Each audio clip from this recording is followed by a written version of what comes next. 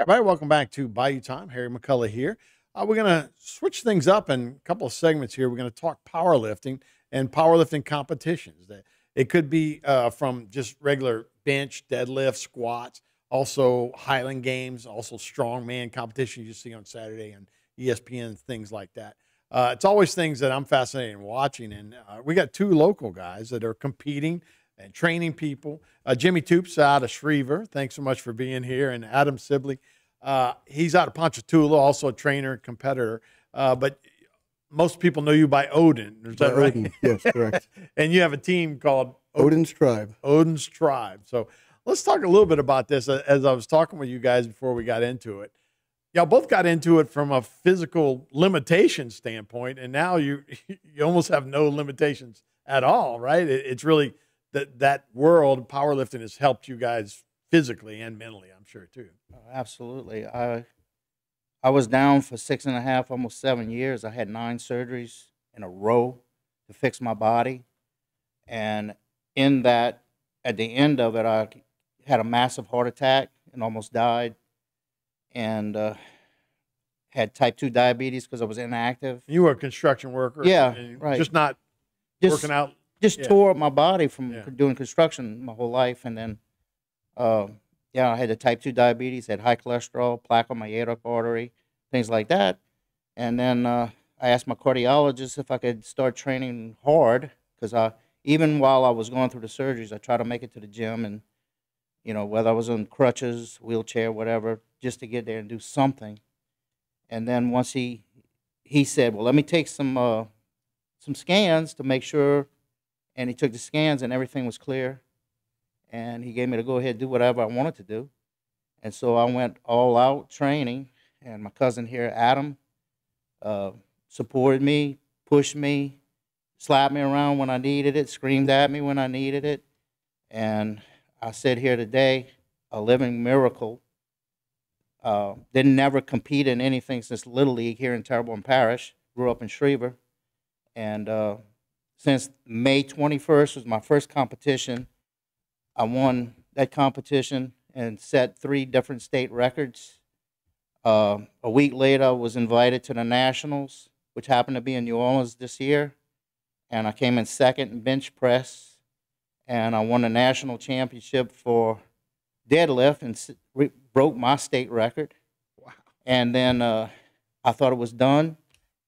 And a week later, I get an email that I was recognized by the IPL, which is the International Powerlifting League, as a world-level competitive powerlifter. And I'm one of 600 humans on the planet that received an invitation to go to Eugene, Oregon, and compete in the World Championships. And I did pretty good. My first round, right. I came in 3rd in bench press in the world, and I won the World Championship for deadlift and set the state record story. And twice. You started competing in May. Yeah. That's unbelievable. Yep. Only because you said your cousin? I didn't realize y'all were related. Yep. So, Adam, you were born with a bad heart. Correct. You were almost labeled not with us anymore, and you started researching and found out that powerlifting actually helped with hearts? Yeah, despite what many are told, a lot of people are told when they have weakened hearts or conditions like this, not to push hard, not to strain, maybe just revert to walking. And I started researching. I wanted to know what type of people in the world had the strongest hearts. And I came across research after research that power athletes overall had some of the strongest hearts in the world. And I thought to myself, I'm dying anyway. What harm is it going to do if I at least give this a chance, fight on the way out? So I started developing my powerlifting training and basically my own system to catch up and bridge the gap. And I'm literally alive today because of it. And you were on a list to have a transplant. You said you've gotten good enough. You're not on the list anymore. You've almost gotten too good. Yeah, 2 years ago, almost to this week, my heart quit. I did die for 30 minutes. I spent 11 weeks in a coma where I wasted 100 pounds away from a 285-pound athlete to a 175-pound man fighting for his life. Was told I'd never walk and talk again. But I still had the mentality of an athlete and somebody who was used to dealing with tons of pressure. and I began forcing myself to move any muscle that I could. And a lot of the benefits of power training and power sports in general is the mapping of brain to body and understanding your brain, your body, what it's doing. You're more in tune with yourself. You understand what muscles are waking up and what you can do with those more beneficial than most anybody else in the world. Right. And I used that experience and knowledge to force my body back into movement. I walked, I figured out how to talk again, and I built right back up to where I'm at. And I'm taking as many people along with me as who want to come. And what a great story. And like I said, most people, I would think, like powerlifting would be detrimental, right? But And most both do. of you guys, Yeah, but it's right?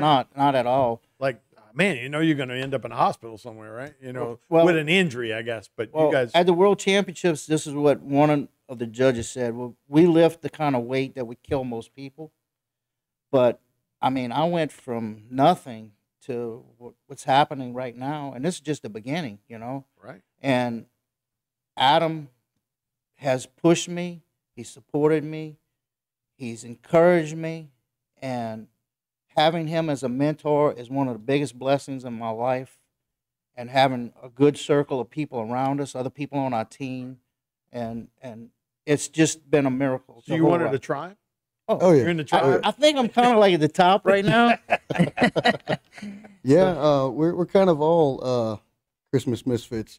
All of us have some type of trauma or detriment that we've come from, pulled together as a team, and now we're champions. Using it as an asset. So, hey, I got plenty more questions to ask you guys. We'll take a break. We'll be right back to talk more powerlifting right here on Bayou Time.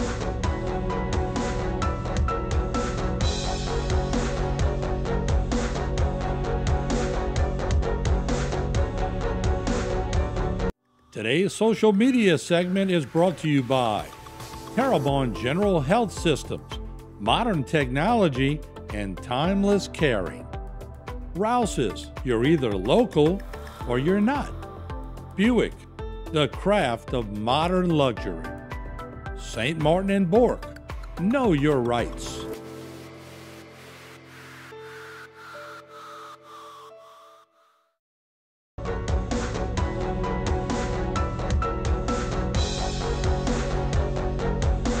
Hey, everybody, welcome back to Bayou Time. Harry McCullough here. We're talking with Jimmy Toops, Adam Sibley, about powerlifting and the lifestyle of powerlifting. So let's talk a little bit more specifically.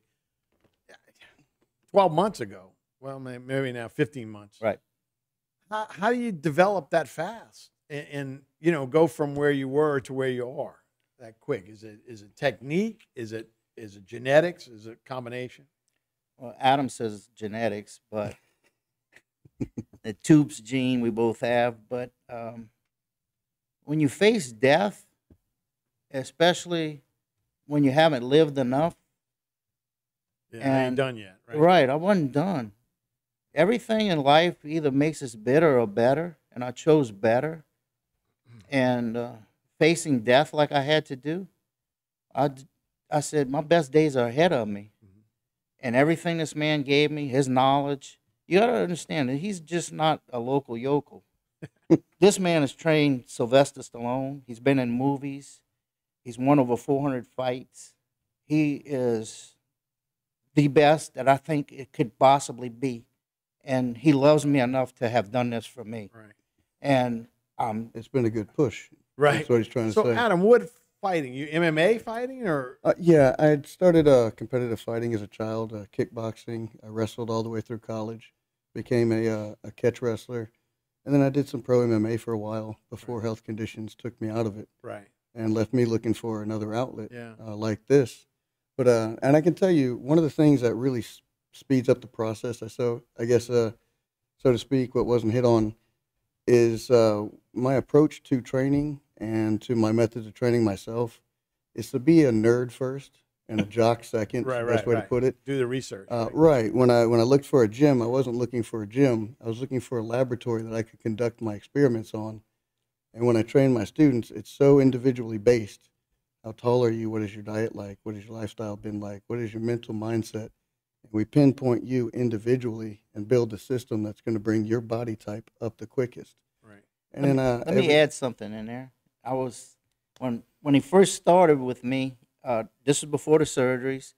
I asked him, I said, Adam, you sit up at night and think of this stuff to do because there's nobody doing this stuff. He said, yeah, I do. And now I do the same thing. I sit up and I try to think, how can I make my body better? And he's instilled that in me, and I try to give that to others now. Because this whole thing, the reason we're here, to try to help people to understand, I don't care what your situation is, I don't care what age you are, you can live a better life, and it starts by taking care of your body. Paul wrote that, don't you know that you are the temple of God? So I treat my body that way, and I've improved. I have a better life, and my best days are ahead. And I thank Adam for helping me along the way. Adam, so when we talk about what any one of those is more important, the physical part, the nutrition, the rest, all the combination of all of those?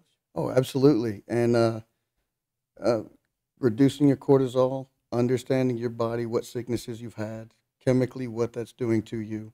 Obviously, it's really good to get with the doctor, have hormone panels run, see where you are.